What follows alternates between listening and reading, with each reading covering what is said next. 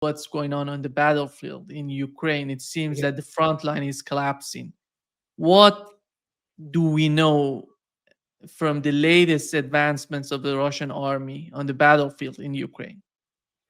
I mean, just a couple of hours ago, they raised the Russian flag over the main mining tower in Mirnograd. And that means it's not long before. And again, you have to understand, a Russian Minister of Defense is extremely conservative. It's not like, Pentagon, which, and US president, mission accomplished. No, Russians wait until everything is done and they say, okay. But yeah, they control Pokrovsk. You mean no exaggeration in the way that... No, absolutely. In fact, is, as already stated, in terms of counting, for example, losses of the armed forces of Ukraine, extremely stingy, extremely, only what could be counted and confirmed. And that's the only way to go.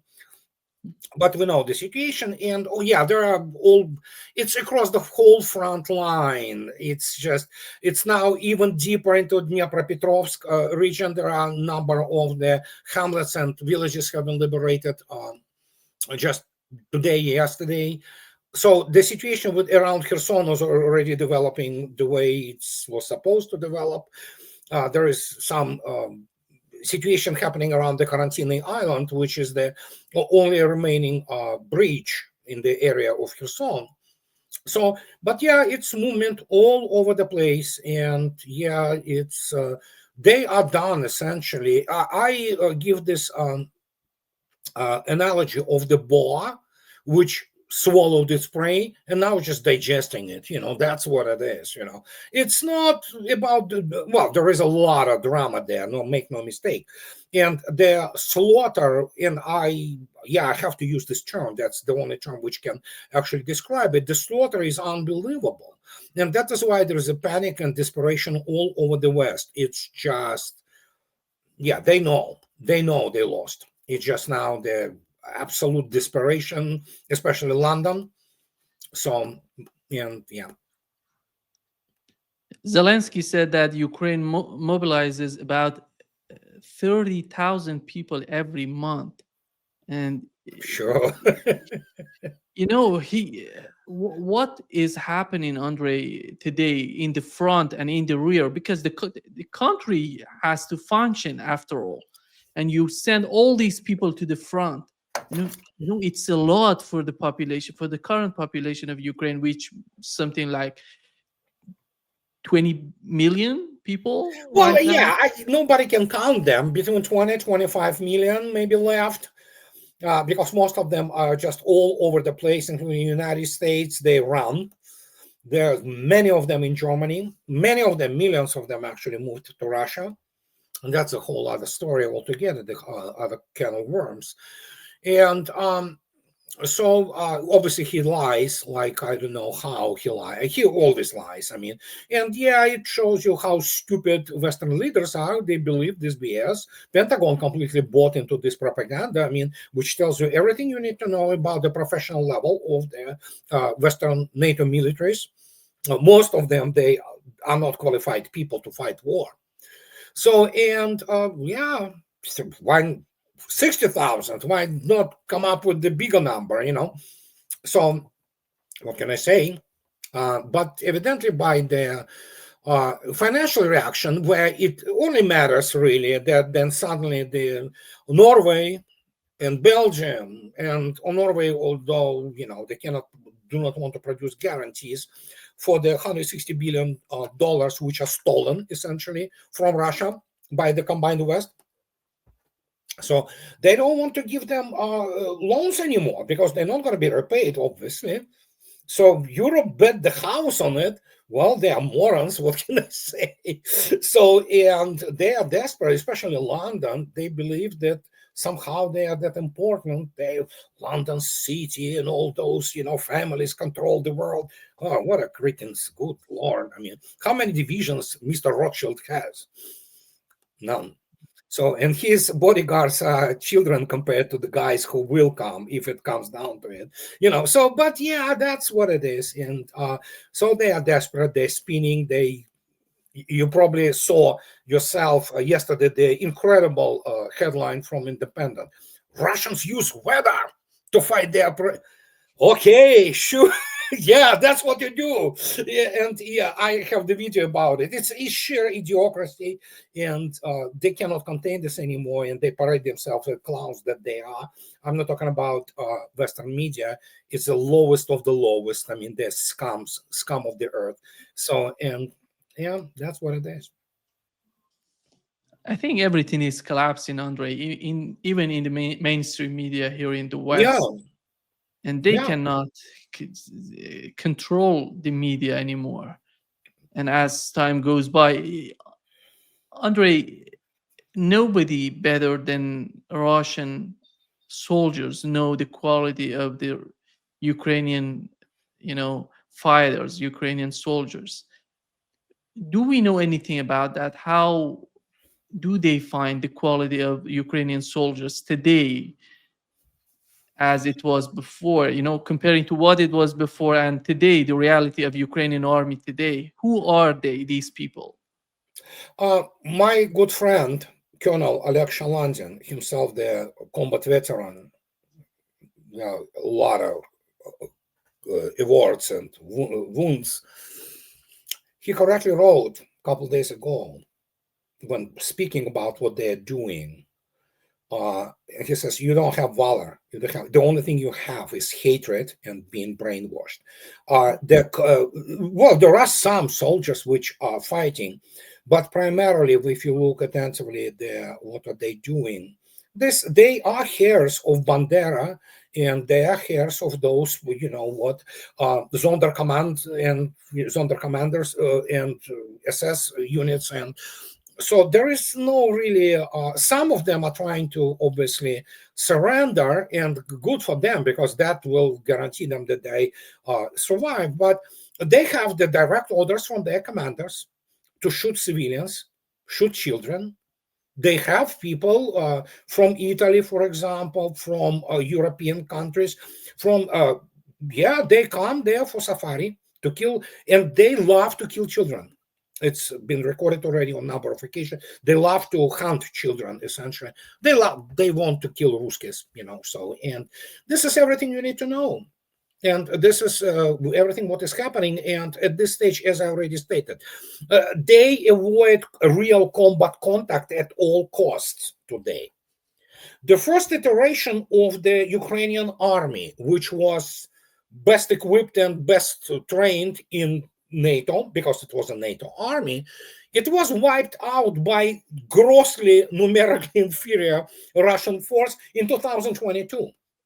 The first iteration, they just 125,000 Russians, they dealt with it within the 3 to 4 months.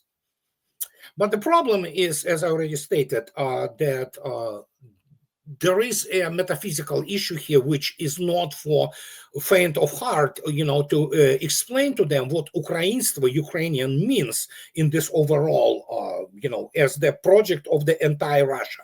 And it goes back to 19th century. It goes back to Austro-Hungarian Empire and wiping out of the pro-Russian Russians in the Western Ukraine, for example. And so essentially establishing this mythology of the Ukrainian state and Ukrainian culture, which allegedly is not allegedly, it is entire Russia. And as the result, many of those people, not all, you can take a look, essentially, the only one occasion on which the guy really resisted this Tetsaka, the so-called people who kidnap the recruits because they are short on manpower. Now he shot back. Most of them, they just surrender, and they go there and die. That tells you everything. It's the nation or what community of people who are completely brainwashed. They are in sort of stasis. They believe all kinds of things, and we are talking about the complete mental breakdown of the nation, like we didn't see since the end of the World War II, with the Nazi Germany being completely demolished, and so that's pretty much is happening on smaller scale, still gigantic scale, largest war in Europe since World War II.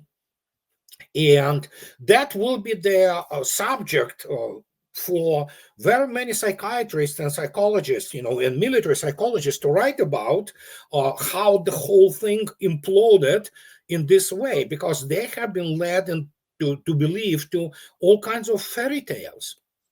And as the result, there is a lot of, if you take a look at what they do to Russian prisoners of war, and the torture, and civilians being held hostage, and Ruskaya Porechная, they just basically executed most of civilians there, including children. Women have been raped, gang raped, and then killed. So that's who they are, and that's what West is.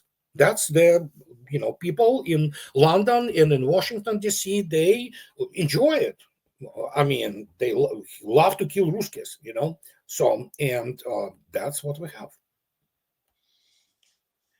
Maria Zakharova said that she agreed with Orban, actually, that the power in Ukraine is in the hands of a military mafia. Yeah. Andrei, who's the main supporter of these people in Ukraine, if you were to mention that? I don't see the Trump administration being that much in charge of these people. London, and those inbred cretins from King's College and their general staff and MI6, totally incompetent people, but with the egos larger than cathedral. For some reason, they believe in this delusion that United Kingdom somehow matters. They are pathetic economically and militarily. They are non-entity, really. So, and yeah, they believe that, and Europeans generally. So in this case, London is in many respects is the manifestation, of the overall Western European and European generally attitude towards Russians. Because we've been through this before. I mentioned it. For average dude from, let's say, in general staff of whatever the Lilliputian forces, which they have in England, we're subhumans. I'm Slavic subhuman. Okay, you have to understand that.